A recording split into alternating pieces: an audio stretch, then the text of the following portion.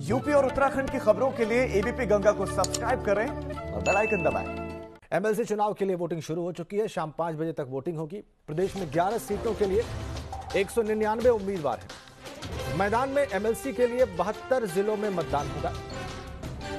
शिक्षक स्नातक कोटे की विधान परिषद की 11 सीटों पर वोटिंग होगी। बड़ी खबर, वोटिंग शुरू हो गई है एमएलसी चुनाव के लिए। शिक्षक स्नातक एमएलसी चुनाव के लिए उसकी 11 सीटें हैं। उसके लिए कुल 199 उम्मीदवार मैदान में हैं और वोटिंग शुरू हो चुकी है। 72 जिलों में एमएलसी के लिए मतदान होगा। सीधा आपको लखनऊ ले चलते हैं। अनुभव शुक्ला इस वक्त हमारे सहयोगी वहां से सीधा कनेक्ट है। उनके पास इन 72 जिलों के रिपोर्ट्स हैं और वो बताएंगे कि उनके पास क्या खास अभी तक उन्हें जानकारी मिल रही है वोटिंग शुरू होने के बाद। बताइए अनुभव, क्या स्पेशल रिपोर्ट है आपके पास, स्पेशल इनपुट है?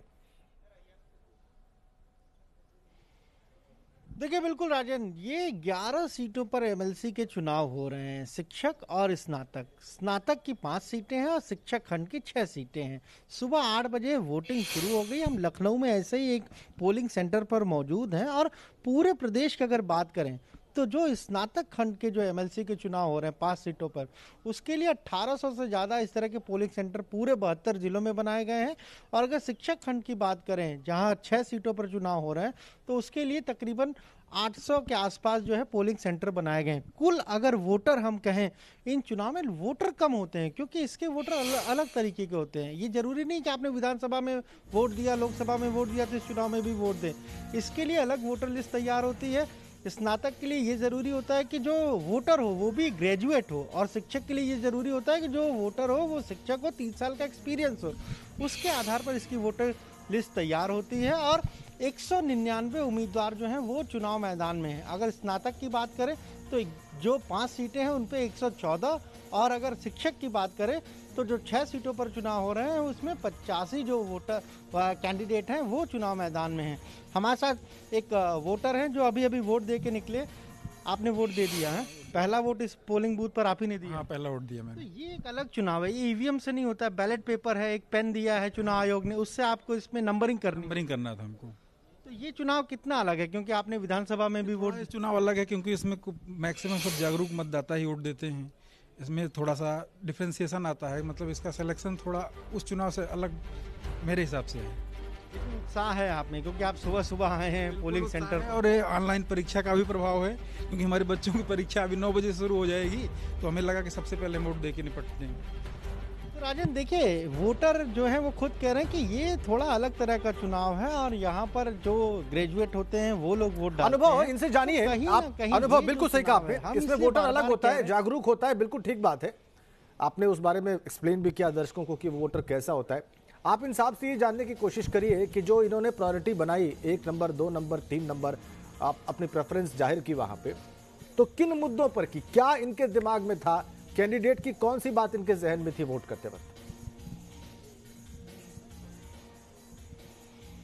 देखिए बिल्कुल तमाम और भी वोटर आ रहे हैं लोग वोट डालने के लिए। हम आपको अगर दिखाएं तो कुछ लोग अभी जा ही रहे हैं वोट डालने के लिए, और अभी प्रोसेस जो चुनाव की प्रक्रिया है वो शुरू हुई है। और राजन, जो बात हम कह रहे थे कि तकरीबन इन चुनाव में कुल 14 लाख वोटर हैं। पूरे 72 जिलों में 14 लाख वोटर हैं, जिनमें 12 लाख से ज्यादा जो स्नातक के चुनाव हो रहे हैं उसके वोटर हैं, और 2 लाख से ज्यादा जो हैं वो शिक्षक के जो चुनाव हो रहे हैं खंड शिक्षक एमएलसी के, उसके वोटर हैं। तमाम सारे लोग हैं यहाँ पर हमें दिखाई दे रहे हैं। हम आपको अगर तस्वीरें दिखाने की कोशिश करें तो आपको हम दिखा पाएंगे कि किस तरीके से जो ये पूरा वोटिंग हो रही है। और यहाँ पर सुरक्षा के क्या बंदोबस्त हैं ये भी अगर हम आपको दिखाएं तो यहाँ पर सुरक्षा के भी इंतज़ाम हमें नज़र आ रहे हैं, और तमाम सारे जो पुलिस के लोग हैं वो यहाँ मौजूद हैं। और अगर हम बात करें कोविड गाइडलाइन को फॉलो करते हुए पूरा ये इलेक्शन हो रहा है, तो हमें गेट पर हैंड सैनिटाइजर भी दिखा, थर्मल स्कैनर भी दिखा।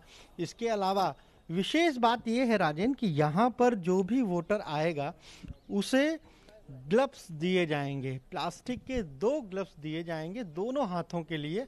और चूंकि ये इलेक्शन बैलेट पेपर पर हो रहा है, पेन से क्रमांक लिखने हैं, ऐसे में ये काफ़ी महत्वपूर्ण हो जाता है, क्योंकि कोविड है और अगर एक ही पेन का इस्तेमाल बार बार लोग करेंगे तो उससे कहीं ना कहीं संक्रमण का भी खतरा रहेगा। इसीलिए ये तय किया इस बार इलेक्शन कमीशन ने कि हर एक वोटर को ग्लव्स दिए जाएंगे और वो ग्लव्स पहनकर ही वो उस पेन की सहायता से अपने वोट को डालेगा, या हम कहें तो अपने क्रमांक को लिखेगा।